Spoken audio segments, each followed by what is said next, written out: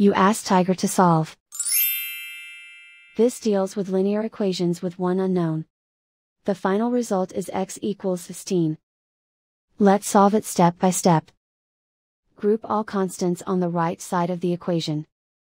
Subtract 45 from both sides. Simplify the arithmetic.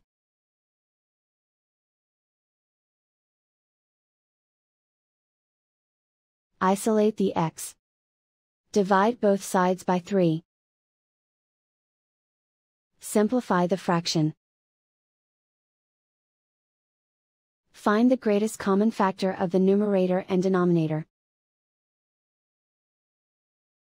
Factor out and cancel the greatest common factor. And so the final result is x equals 16.